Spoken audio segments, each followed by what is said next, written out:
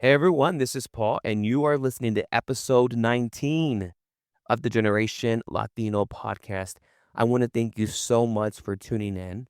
Today is Memorial Day, and before I even get started, I want to say thank you to all the men and women out there who have served in our armed forces. I still believe, regardless of our political climate, that we live in the best country in the world.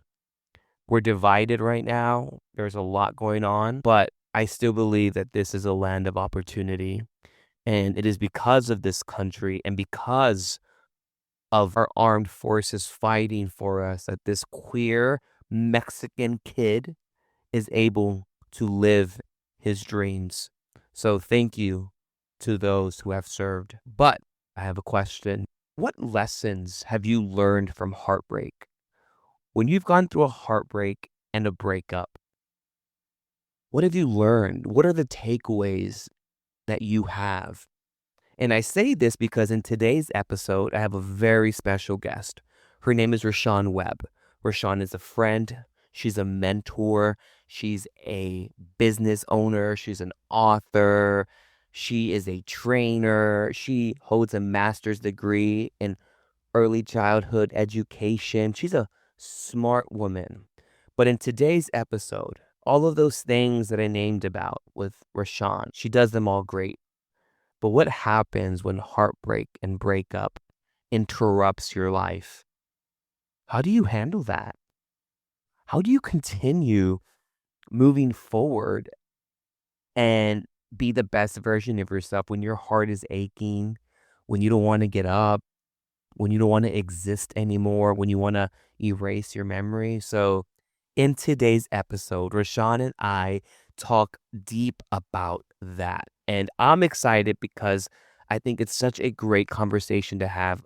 Rashaun is such a special person. I really hope you enjoy this episode. I really hope that you can take something from it because I was getting some aha moments as I was listening to her talk. So here you have it, episode 19, Lessons from Heartbreak. Hope you enjoy. Rashaun, I first off want to thank you for being on the Generation Latino podcast. It means so much to me. In case anyone doesn't know, Rashaun is a business owner, holds a master's degree in early childhood education, and she is also a wonderful mentor. She has mentored me in my career and in my life. So, Rashaun, thank you. Oh, thank you. I enjoy our talk, so this will be fun. Yes, I do too. So, Rashaun, who is Rashaun? Who is Rashawn? Oh man, Rashawn is a cheerleader. Rashawn is a peacemaker, child of God, first and foremost.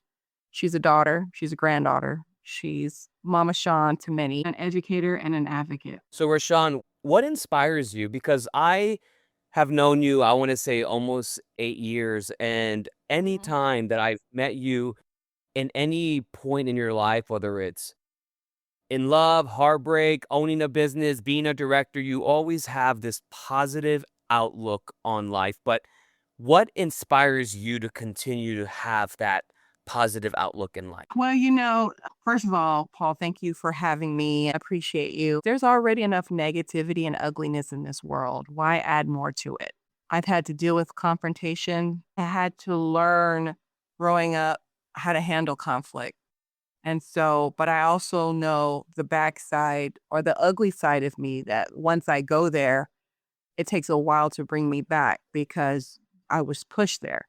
So to circumvent all of those things, I would rather stay on the bright side of things and compel others to be on the bright side because it takes more work to be negative and ugly because you're getting out of your comfort, of who you are as a person and you're allowing someone to put you in this ugly space. Mind you, I said allowing because you can control yourself and pull yourself back, but I just prefer to stay positive. I can turn on the news and see all the ugly and negative in this world. Having those children and having my babies smile at me and my staff smile at me, my mom and my church family, that keeps me going. My friends, that keeps me going. And it's just like, why would I allow?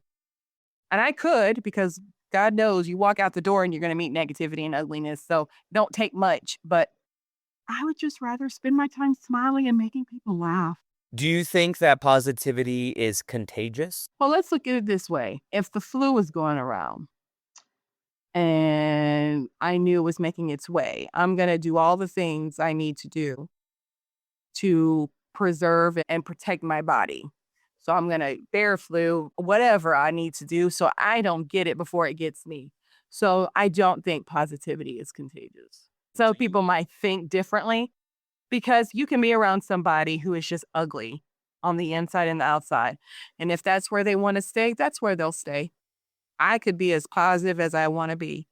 But if they would rather stay negative and stay ugly and dingy and dark, no amount of smiles or giggles will turn them a different way. I agree. What spreads faster, positivity or negativity? Negativity. I would have to agree with you. As long as I've known you, you've always been a leader. You've been in a leadership role. You have always been a leader to me. When did you realize that you were a leader? You own your own business. You are a director. You are a mentor, a mother to so many of your kiddos, and that takes leadership. When did you realize that you were someone who could be a vessel for so many other people? Because that's truly what you are. I don't ever use the word leadership and leader when it comes to me because I am a forever student. So there because people and I do that because even in the church realm, I do that because people will be so quick to take a title, run with it, and you can't tell them otherwise. And so when someone comes that's genuinely and authentic with their title, it's been distorted, misused, misinterpreted, manipulated that the right person coming can't even enjoy it because it's been misused so much. So there's certain aspects of me that I don't like to use about myself because everybody thinks that they're a leader. So to me, I'm just like, I'm a forever student. Like if someone points me out and say, oh, I'm not going to be like, oh, no, no, don't call me that. I'm not going to be like that, but I'm just going to be like, oh, hey, I'm just Shaun or I'm just Mama Shaun. And I say that with a lot of things because so many things that are a God-given talent has been misused and distorted that a real person standing up, taking ownership, they get lost in the shuffle behind the fake people. So I don't really think of myself as a leader. I just say I'm a veteran. I'm experienced and I know what I know. I just kind of take it like that, but I don't ever really consider myself a leader. Whether you say you're a leader or not, how do you handle the titles that you have then? Because you can say you're not a leader, and I respect that completely, but you are someone who has a title, right? In that you do have staff. When I'm doing tours or if a parent calls, I don't expect someone to recognize authority by phone, right? Because it's kind of a challenge to do so. But when I start talking to them about the program, I'm like, oh, so who are you? Oh, I'm sorry, I didn't catch your name. I said, oh, I'm Rashawn. I'm the owner. Oh my God, really? Right? They're so glad to get the person that can make decisions. They're glad to get the person that has like, oh, she can call, things down from heaven or, she can make these things happen, right? And so I just say, I'm the owner, I'm Rashawn, but the kids call me Mama Shaun. So that's my second line is, I'm Rashawn, but the kids call me Mama Shaun. And their parents call me Mama Shaun too. Like I don't my thing is whatever you call me, just don't call me on my name. Because I know who I am. I have the letters behind my name for sure. But when all those letters go away, at the end of the day, I'm Rashawn. What keeps you so grounded to the floor? I genuinely mean that because even in that question, there was this humility that came out of you as I was boasting about you. What keeps you grounded, honestly? What keeps me grounded? Number one, I recognize the Bible says that every good and perfect gift comes from above. So I'm aware. When I started working in early childhood at 16, it was definitely my prayer and my desire. But everything I've learned from then till now came because God said it could. And he allowed me to meet and greet. And, I remember being a first year or second year college student at St. Philip's College, working at their child development center, which wasn't for everybody, by the way. And I remember them saying, oh, the district office president is coming over to the child care center, child development center, and we want you to lead the conversation. I'm like, you what? Mind you, I'm still a year or two from high school. I had just left high school. And like, yeah, we want you to talk with them. And I'm like, I don't know nothing. Like, what are you talking about? So my mom that night when I told her about it, she's like, "Well, Shaun, you know more than you think." And she's always told me that you know more than you think. Think about what you want to say. So that next day they were like, "You ready?" And I'm like, "I don't know what I'm going to say." And so they said, "Well, just look around the room. What are some things you've done? What are some things we've done? What do you see? Talk about what's in this room." So I started looking around the room, and next thing I know, the president came in and I was up to bat. And I said everything I had to say. They're like, "Wow, you know a lot." I said, "Well, in my short time, I've done a lot." So what keeps me grounded is the fact that God gives me opportunities to do the things that some people would not have otherwise been able to do. I don't take advantage of it. I'm always sure to be grateful and thankful. And I had to do a training session today for the Child Care Association of Louisiana, and we talked about generational age gaps in the workforce. Typewriters versus TikTok was the name of the training. And I mentioned several times, I said, I am standing on the backs and the shoulders of those before me. I dare not negate their hustle, their hard work, because they paved the way so I can be here. So yeah, I will sit at a baby boomer's feet. I will take notes. I will listen because they could show me the way because they planted the seed. The group before them carved out the path. So God keeps me grounded, and as easy as he gave it to me, as quick and sure as he can take it away, and I recognize that. I wish more people can say that because I think people get lost in a lot of the fluff, a lot of the titles, a lot of the Yeah. money, a lot of all the perception based things. I know how close you are to your faith. I know how close you are to Christ. And I respect that so much because you are toes deep in that and you can see it. You bleed that. And it's so nice to see. So I know that your passion outside of church is early childhood education. Am I wrong or right on that? You are right about it. Okay. When did you realize that that was your passion, your calling? What was the moment when you said, wow, this is what I want to be doing for the rest of my life? I have wanted to work with children since I was in middle school. So we would go around to the campuses, different universities, and talk about the teaching program and all that. But then something happened, and I was just like, I fell in love with early childhood. And even though in certain circles, yes, teaching kinder, first grade, second, third is early childhood, which is birth to 8. But I fell in love with babies. And I was that young lady at church who the pastor, she would call on me or allow me to go and tend to the babies while the mothers or the parents came to church so they could listen and pay attention. I was middle school or high school. None of the other young people got to do it. And we had plenty. I was chosen and I loved every minute of it. But I was the baby whisperer. I knew how to put a baby to sleep. I knew how to calm a baby down. And at 15 and 14 years old. So as I got further, I was like, man, I want to go to Incarnate Word. I saw their program and with Connie Siblo Risley, who was amazing. And she was the one that was just spearheading that cohort that we had. And I loved it. And I was like, I want to go to Incarnate Word. And so I went to Incarnate Word and learned a lot and loved it. And I love this industry.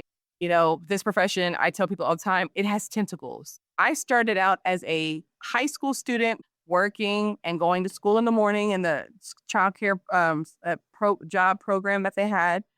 And I was just like, look, I want to be a director, a owner of my own center. I was going to get my CDA, be a director, that have a husband and a baby. That is all. I've surpassed that and then some. No husband, but plenty of babies with no baby stretch marks. I was at St. Philip's I was doing my associate degree, health, safety, and nutrition class. I still have all those books, by the way. I was like bit by the bug, and I'm like, that's what I was like, I need to get my bachelor's. And then I wanted to teach college level. And so many years later, I got my master's. So I plan to die in this profession. I love the kids. I love stretching my professional skills. I love learning. I'm still learning. Whether I get a PhD in this or not, I will always be a student because there's always something to learn. When did you realize, because you can stop at the CDA, when did you realize I need to go further, get the bachelor's, get the master's? Was it when you were working in it, feet to the ground? Mhm. When did you say, I need to keep going? When did you realize that? I realized that when I was taking this health and safety nutrition class, and it wasn't even behind the kids. And it had nothing to do with the kids. I loved learning. I had so many aha moments, and I loved learning the science behind why a child does what they do.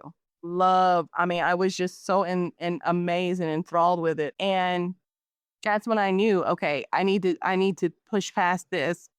And I promise you, as soon as that happened, something major came up that derailed me for about, I'd say it probably derailed me for about 4 or 5 years. And I just stopped school altogether. But I missed learning. I missed learning about the profession. I would say probably 2004, maybe 2005, which was 20 years ago. That's when I was like, man, I need to know more. And I got bit by that bug. And this is the thing about success, whatever, quote unquote. Once you get to a certain level, that thing that you were dying to get because you needed it to get to the next level, there's going to be an even greater level that you're going to need to pass. That one is going to look so minuscule and small. I got further.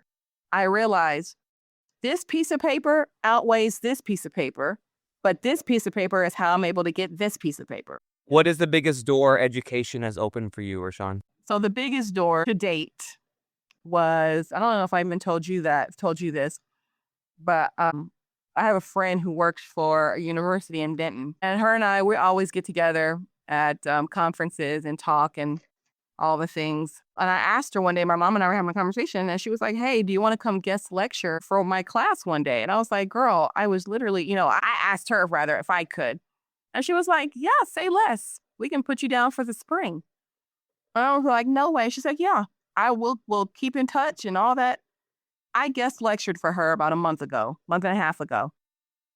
I finally, and this is gonna sound, it's gonna sound like, ugh. I finally used my master's degree. I have not been able to use my master's degree since I got it in 2018. It's so amazing. Like I love teaching adults. That's what my master's degree is, in early childhood and adult education. So I have a master's basically to be an amazing trainer. I love what I do. When you are a teacher at heart, my mom is one as well. And it's just like I can talk childcare for hours. I can talk on every kind of level. We're in legislation right now. It's getting ready to end, thank God. Mhm. We can talk about these things for hours because it's in my blood, it's in my system. The kids know it, their parents know it, people that know me know it. Well, it's so good to use my master's degree. And I don't need it to train. I don't need it to open a program. I don't need it. That just says she's just extra, extra book smart in this profession. I do plan to do more. I am going to do another lecture with her for her fall class. So we'll see what happens. Who inspires you not only in business and your profession, but in life? The age old answer, my mom. It's her. She raised my brother and I, and she has a story all on her own. And she raised my brother and I by herself, working a grueling job, working for State Farm, putting church first, meeting all of our needs, giving us a childhood that centered around the Lord and centered around our lives and doing things that make kids kids. She always told us, you go for what you want. You know what it is. You look up what it takes. And I hate research. Look up what it takes to be a director. Look up what it takes to be a professor. And I'm like, just tell me. And she's like, no, you do it. And so that created hustle. So it was my mom, and she encourages transparency and honesty. And she encourages us to work for what you want. So even now when I say, oh, mom, she's like, there's so many doors you can walk through. So now what are you going to do? What you going to do now? And she's watched the progression. She's watched the trials. She's watched the falls. She's watched the triumphs, and she's been right there. So I would say my mom is the one who inspired me. And then on the flip side, I know you didn't ask this question, but on the flip side, the person who least inspired me yet can't take credit is my father. The first man that is supposed to protect and love and secure you has nothing to do with my success. I respect him. We are building a relationship and all those things, but he's quick to say, I have nothing to do with that. Nothing to do with that. And that's another topic, but that lets me know the kind of man that I want and the kind of father I want my husband to be. I love that, honestly. Now that we're on this topic, what is the biggest life lesson you learned from failure? The big thing I learned from failure is the lesson itself, right? Why did I fail? People don't ever give credit to the failure. They don't ever give credit to the thing, and I don't mean like kudos, but they don't ever look at the failure itself. Like, what exactly happened to make me fall or make me fail? Let me dive into that. Let me look at exactly what that means. Let me look at exactly what that looks like because apparently I did something wrong. So then there's times when I have to say I'm guilty. I'm the person.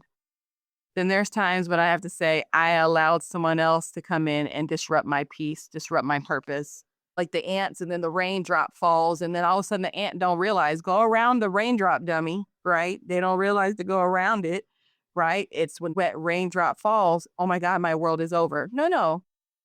Let's either look through the raindrop or look around the raindrop because there's always something over and on the other side of it.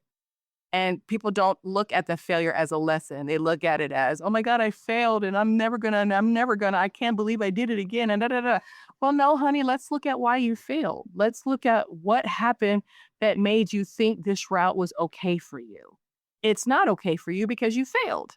So let's pick ourselves up. Let's look around the raindrop, maybe extend our neck and look above the raindrop to see, oh, there's something else on the other side. Okay, well, let me put my legs back together. Let me dust myself off and maybe walk slowly this time to the left or the right to get around the raindrop so I can keep going on my path. Otherwise, someone else is going to trample over that path and you ain't going to see it anymore.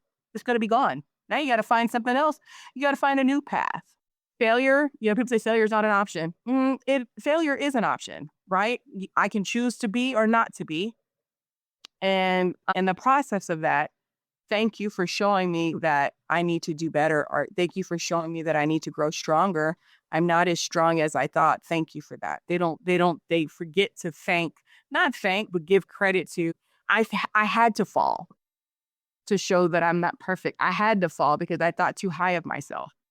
I had to fall because everything's been handed to me. I didn't do no work.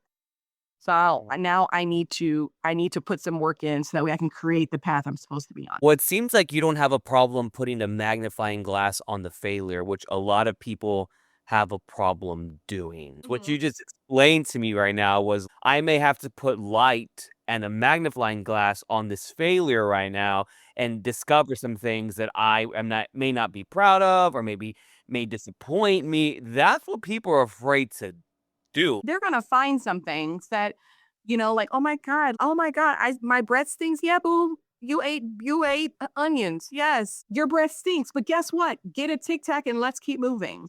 I'm gonna use that analogy. A lot of people, forget to do that. And because I had to do that with my relationship. And it's just like, okay, Rashawn, he ain't all guilty. Let's look at what you did. Let's look at what you did not do that you should have done. You should have fought for yourself, stood up for yourself. You should have been like, okay, you want to pout like a little baby? Let me give you a bib and a bottle and a passy, and you stay right there until you can come play with the rest of the friends. I didn't. And a lot of people don't out of intimidation or fear. Oh, you have a voice, right? I remember it was a Saturday. I was at Walmart at Nacogdoches in 1604, and I was getting ready to go inside. I was on the phone with my mom, but she was somewhere in the city. I was in another part of the city. We were laughing, and she's like, I'm glad I am hearing you laugh again. I've missed hearing you laugh.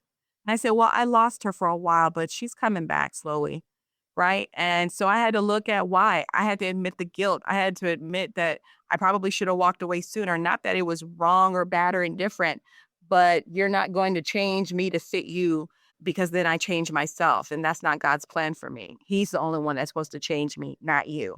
So there was just a lot, a lot. And once I learned them and took ownership, I didn't wallow in the guilt of the, oh my God. No, I felt it. I was ashamed. I was hurt. I was betrayed. I hated myself because I allowed myself to do it. Girl, if you don't get up off this floor and wipe your tears, I've given you 3 months to cry. Get up off the floor. Can I ask you something that I've never asked you before? How did he never ever, and I give you so much credit for this, it never affected your work, Rashawn. Never affected your work, ever. You're absolutely right. And I'm gonna tack on another story to that after this. The day we broke up, it was Labor Day weekend. And I came home and I remember crying and my mom pat me on she was patting me and rubbing me down like she was the mafia boss. Like everything's gonna be all right. It's gonna be all you don't worry about it. And I'm just like, oh no. And and in my book, I write something like I wanted my mother to excuse me from work the next day. Like I wanted her to give me permission to stay home. She didn't. And she said, you need to go. You need to be busy. And I'm like, are you kidding me right now? There is blood all over the place. Like, and I think I made that analogy in my book. I said, can't you see my heart can't you see my heart on the bed? There's blood everywhere. Like, I need a blood transfusion and a new heart, but I'm still alive. How does that, like, what? Like, this is bad. I remember going to work that next day. I cried off and on. I don't know how many people called, text, checking. I cried off and on all day.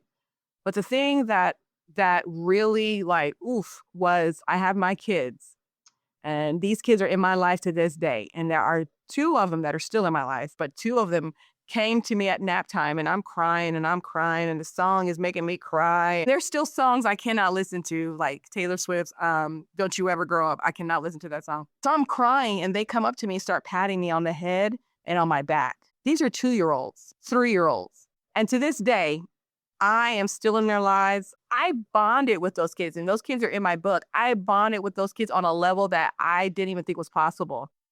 And I will say, other than being before God and being at the altar crying and all that, but he used those kids to help save my life. Those kids had no idea too. My staff didn't even know what was going on. So they were always Mama Shaun, and hugging me and cheering me and rooting for me every day. Every day. They saw my car. They were at the window. Mama Shaun's here. I would hear these little legs and in on the floor going to the door, waiting for me to open the door, and they're right there like little birds, waiting for mommy bird to give them some worms.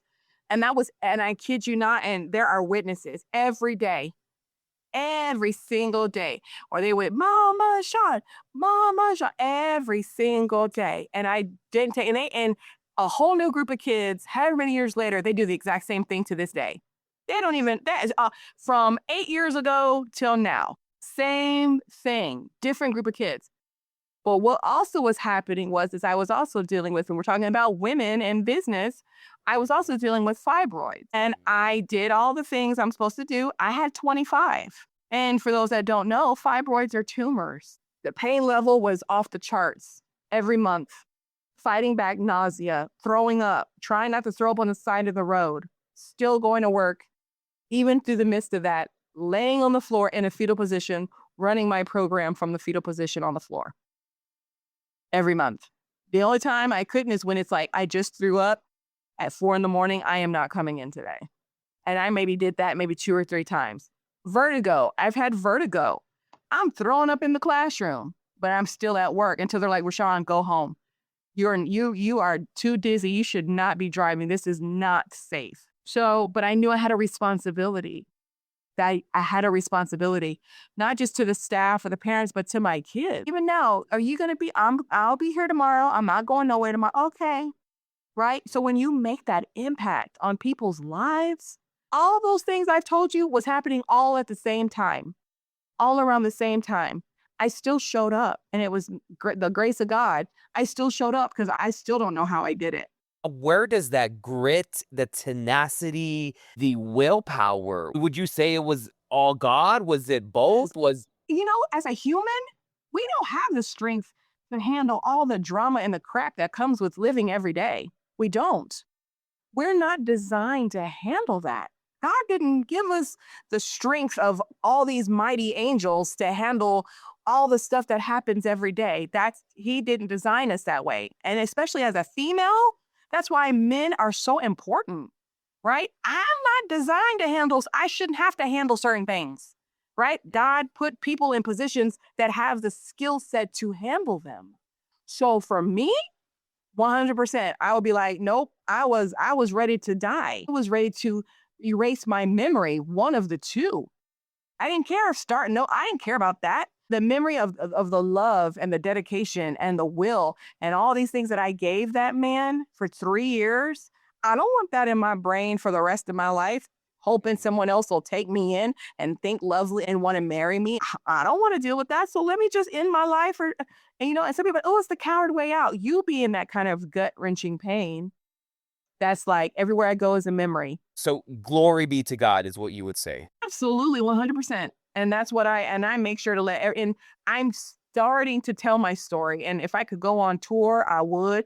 If I could go and teach this and give seminars and lectures on this, I would, because these are things that most people don't know how to go through.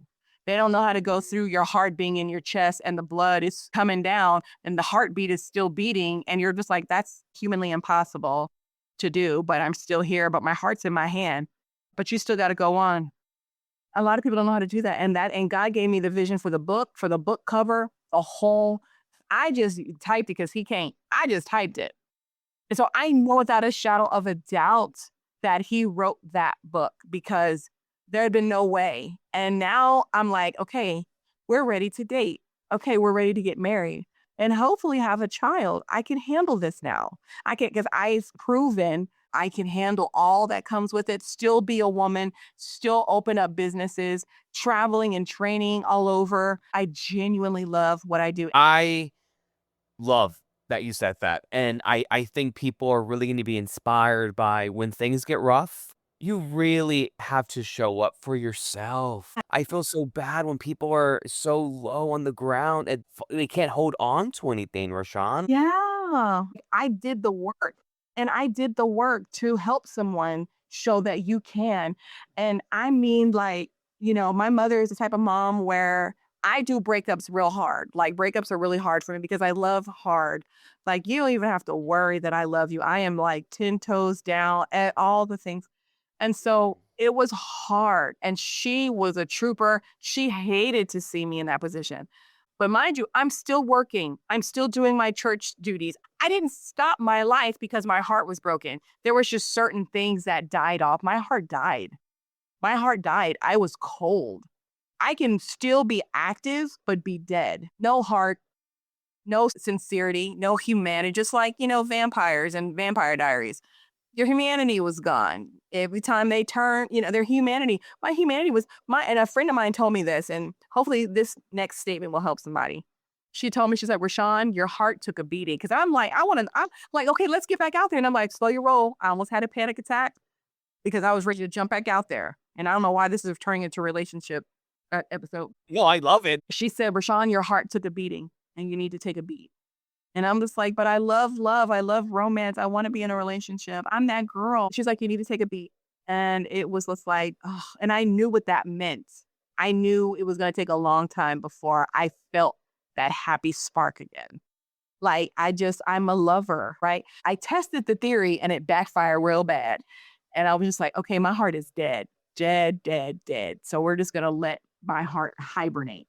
Another fascinating thing, Rashawn, is you opened up your own business. And my question to you is, I know as your friend that you did it after the breakup. What? How do you do that? I always wanted to own my own program. I always knew. And I opened it during the worst times that America probably would say that is the dumbest time to open a program. But I will tell you this, when God gives it for you to do it, that means there's nothing that's going to hinder you except for yourself. He will make ways and give you things and ideas to do it. And that's exactly what happened. So when something is supposed to be, it's going to be, and it's going to be expeditiously. It ain't going to take long. All of that still healing, by the way. Still trying to navigate why I wasn't chosen. I know it. I know. Who you telling? In that you're still making moves. I can't harp enough on it because you make it look so effortlessly. Boy, it was hard. I get what you're saying.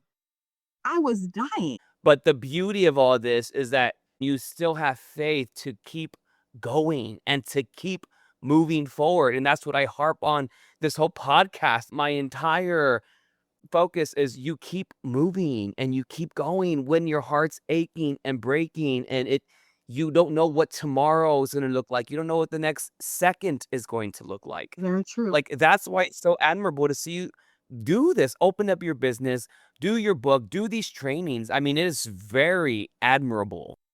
Well, I would love to take credit and I can't.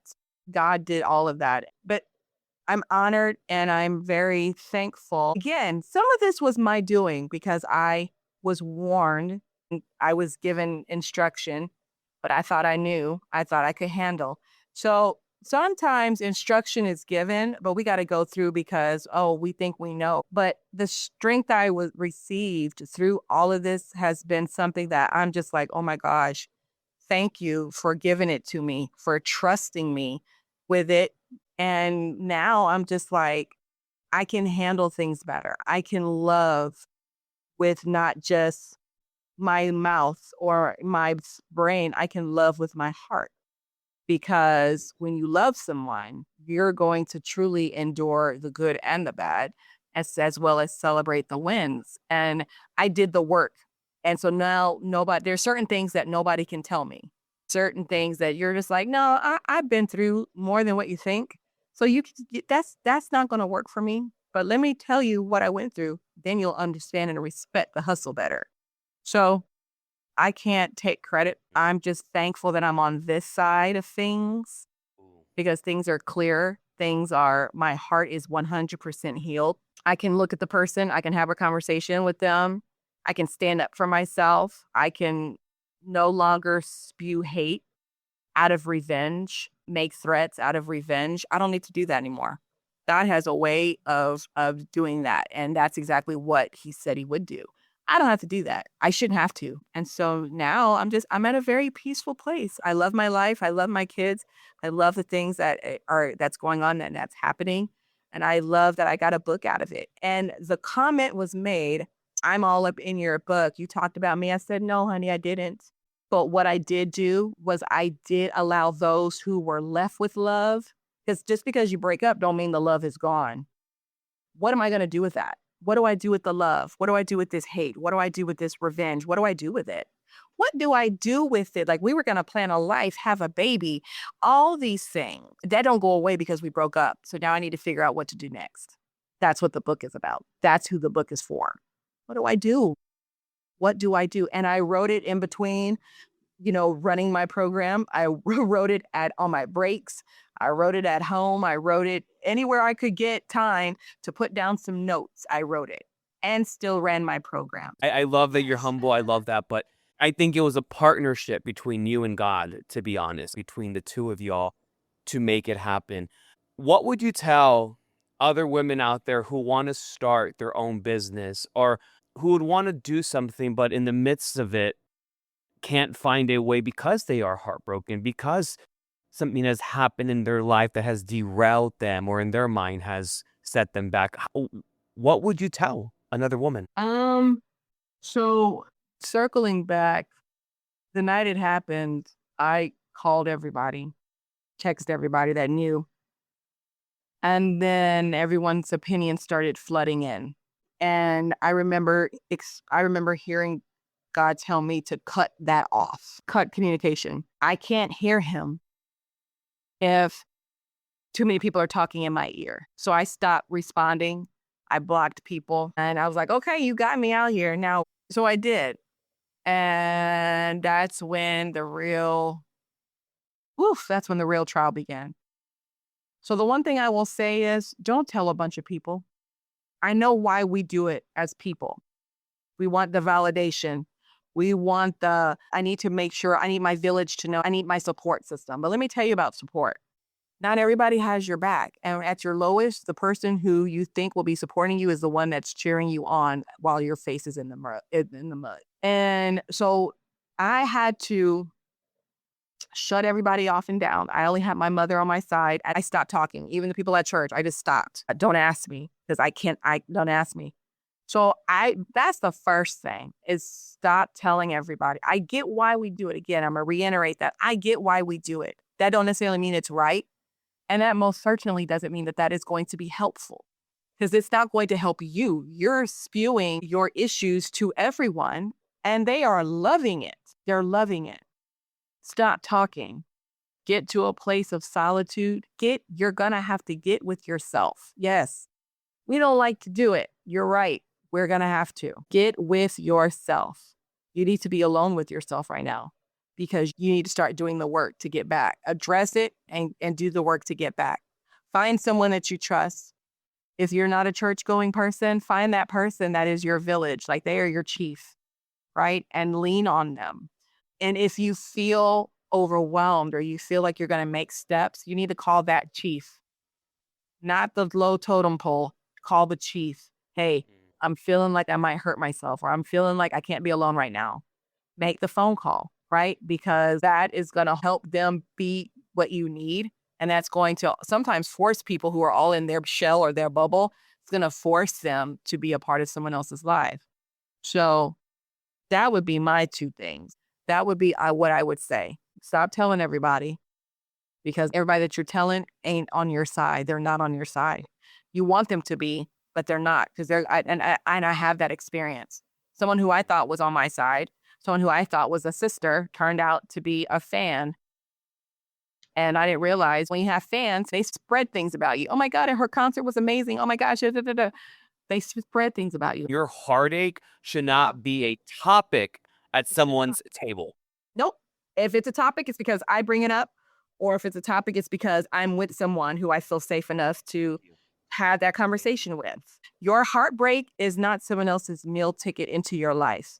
I love that you say that, because so often people, as soon as the news, especially with the breakup, they start telling the story and it just goes and goes and goes. And by that point, a lot of it's fabricated. Absolutely. A lot of it is he said, she said, and it becomes so big that it's out of your control at this point. If I had to be a Mama Shaun to you right now, for those that are listening, I'm gonna say it the way, Black culture said, shut your mouth. Keep your mouth closed, right? If you need to call me, I'll listen. Email me, I'll listen, right? Because you don't want someone who's going to use that against you. They'll turn around, right? You might be good today, but they're going to turn around and use that against you. Spread lies, put it on social media, God knows what, because you thought you could trust that person. Heartbreaks, you don't tell everybody. You tell the chief, the person that is really going to be like ride or die for you. If you're having a mega crisis and they got to see you butt naked or they got to see you pee on yourself, that's who you want to tell, because they will see you at your dirtiest and at your worst. That's who you want. You want the person that's going to rock with you. So what made you tell people, and why do you think people feel the need to tell everyone and anyone? So what made me, I remember the first time I did. I can't begin to tell you the weight that it just fell off my body like water. Me just fell off. I'm just like, almost like I've been holding my breath all this time. And every time I tell this story, every time no matter how depth I go, I have to sit with it and be like, okay, another layer pulled. You're doing great. You're amazing. You are a shining star, because that's heavy. It's heavy. And not everybody can handle heavy. So for me, it was time, but I told it when it was time to tell it, with the people that needed to hear it. I don't share this with everybody because not everybody can handle it. This is for the people that need to heal and hear. I just had to share it a little bit this past weekend, and I got choked up and emotional about it, because it's like I'm pulling off more about me and about myself. And it's not even to put a damper on the other person. It ain't got nothing to do with you. This is for those that need to heal and hear. And set free. Absolutely. Because they need to know they have a voice.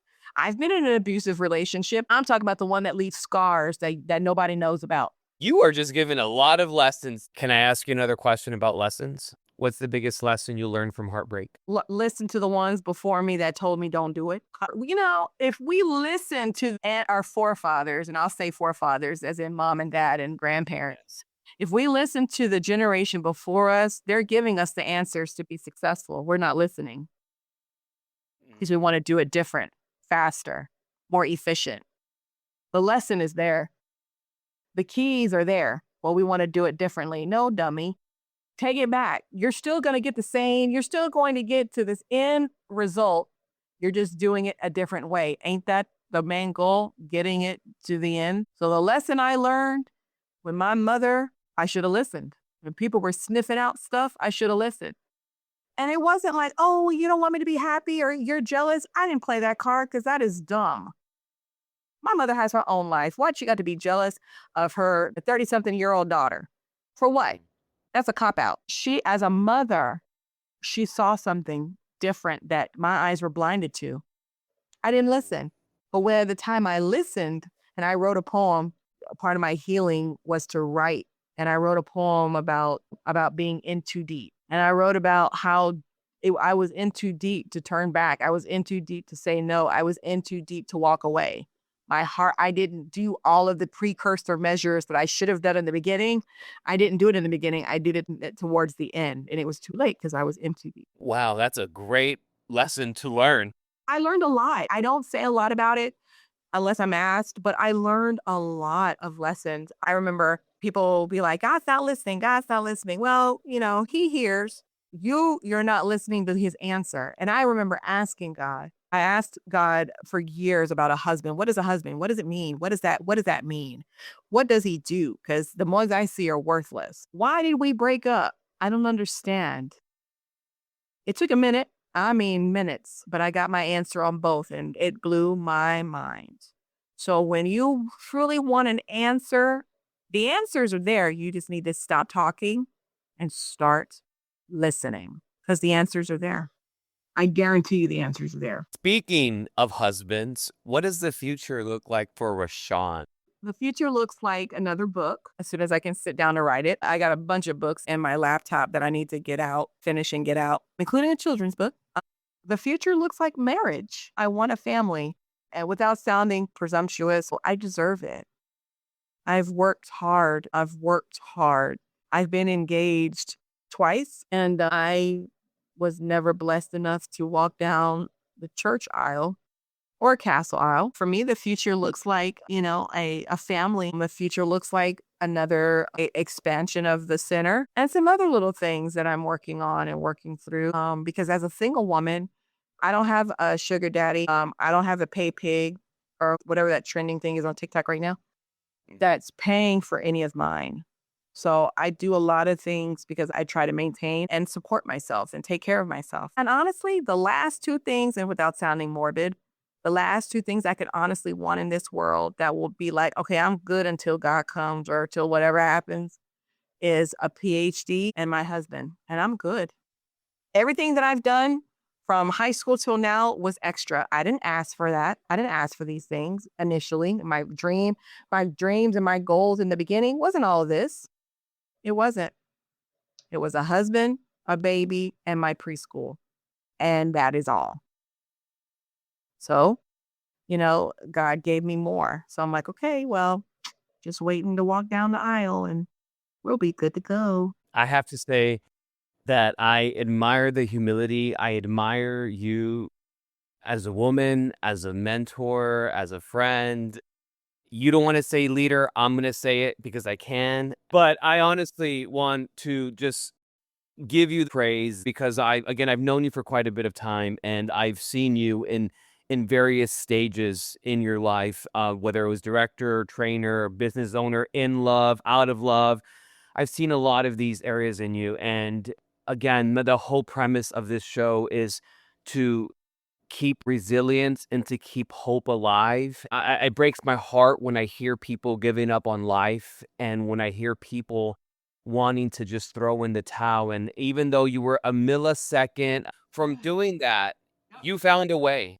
Oh, I was close. And just talking to you today and going through it all, I admire that. And I want to thank you for being a part of my journey in my podcast and allowing me to share your story. But for my listeners out there, what is the title of your book? Where can they find it? And your podcast as well? The title of my book is Life After Heartbreak. Now What? And you can find it on Amazon. My podcast that I'm really focusing on right now is Mic'd Up with Mama Shaun, which Paul will be a guest speaker.